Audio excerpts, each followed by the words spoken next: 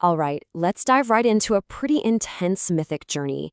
Today, we're tracking the evolution of a being from a lost, wandering remnant all the way to becoming the sovereign architect of its own new reality. Let's get into it. So, the whole thing kicks off with this incredibly powerful image. We are immediately thrown into this world with a raw, primal force at its center. This chthonic being, and that just means something ancient from the deep earth, is finally breaking its chains. This is step one of the journey. So, our journey starts with this figure, the Shadow Beast. And it's lost, but not just lost in a new place. It's lost in a reality that's actively dissolving the very idea of a stable self. You know, this is way beyond just being confused. It's about losing the very core of who you think you are. So what exactly is this liquid mirror? Well, it's not a mirror that just shows you a reflection. No, this thing is a chaotic realm that actively shatters reality itself. Think of it as a lethal fluid environment, where all the old rules, all the boundaries, just melt away, and they're replaced by something uncanny and incredibly dangerous. You see, the beast is escaping its old life, its old constraints, which brings us to this classic philosophical showdown right here. On one side, you have the Apollonian force. That's all about order, reason, the gilded cages of the old world.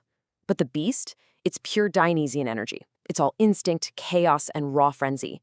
And it's finally been let loose. But here's the thing. This wandering isn't aimless.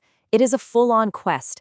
The beast is making a choice. It's rejecting horizontal comfort, that safe, stagnant life, for the vertical climb towards something higher, something sovereign. This brutal journey through chaos, it's an absolutely necessary step for its final transformation. And in this state of what the text calls divine frenzy, the beast is not alone. It runs into a kindred spirit, the berserker.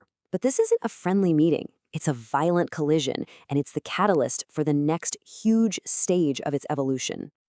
Now, this whole encounter is fueled by what our source calls the will to power, an idea borrowed straight from Nietzsche.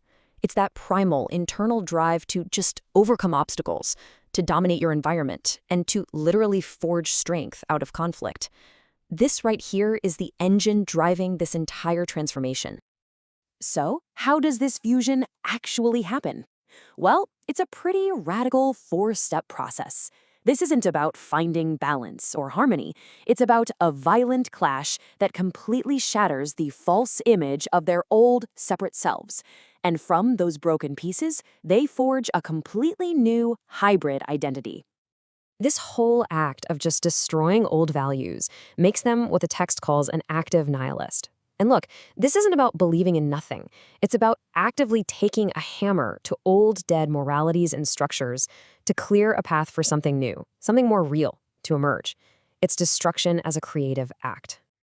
And this quote just brilliantly sums up the outcome. The new being they create isn't just a better version of the old truth. No, it's a powerful error that completely overwrites it. It's saying the way forward isn't to fix the past, but to create something so powerfully new that the past just becomes irrelevant. So, from the wreckage of this collision, a new being starts to awaken. And this thing isn't just the sum of its parts. It's something totally different, and it's being catalyzed by a cosmic force into its next stage of existence. The whole transformation is kicked into high gear by this cosmic force, the sonic screech of a being called the Sapphire Demiurge. And this screech just washes away old labels like man or beast. What's left is something that defies any category, something the text simply calls uncanny. So, what is the Stark Guardian? Well, here are the key attributes. It's a warrior wolf, a total hybrid of intellect and raw instinct. It's a sentinel, an architect, and a being whose reflection, its own evolving idea of itself, is actually more real than its physical body. And its goal? To ascend way beyond the limits of the last man, which was Nietzsche's term for the apathetic, mediocre end stage of humanity.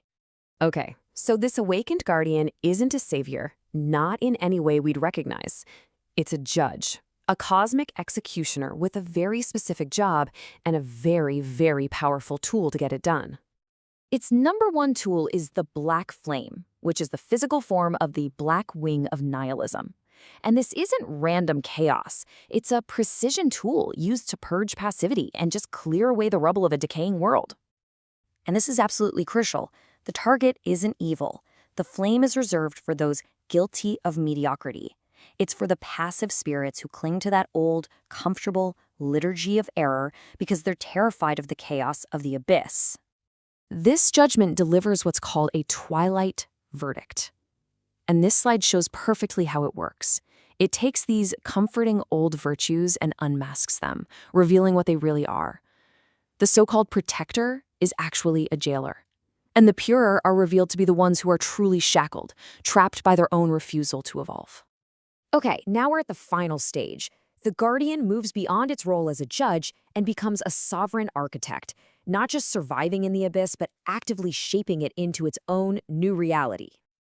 So the guardian is now defined by a totally new set of principles. It's got the mark of the abyss, which symbolizes its core principle, the rune of vertical ascent. That's the power to reject that easy horizontal comfort. It's also branded with the rune of non-correspondence, which gives it the power to keep its very essence fluid, able to change itself as its will commands. And this right here is the ultimate realization. That chaotic reality of the liquid mirror, it was never a prison to be fixed or a wall to be polished into some perfect reflection. It was always a window, a portal into absolute, total freedom. Ultimately, the Guardian's entire journey creates a new standard for what it means to be great, and it gets recorded in the Registry of the Overmen. This new aristocracy isn't based on some old, dead morality, but on what the text calls vital intensity, just the sheer force and power of one's will to live and to become. And that leaves us with this final, really provocative thought. The story ends by reframing history itself. It's not a record of the past, but a prophecy of what a powerful will can command. So it turns this whole mythic journey into a direct question for us about our own potential for transformation. What will you command?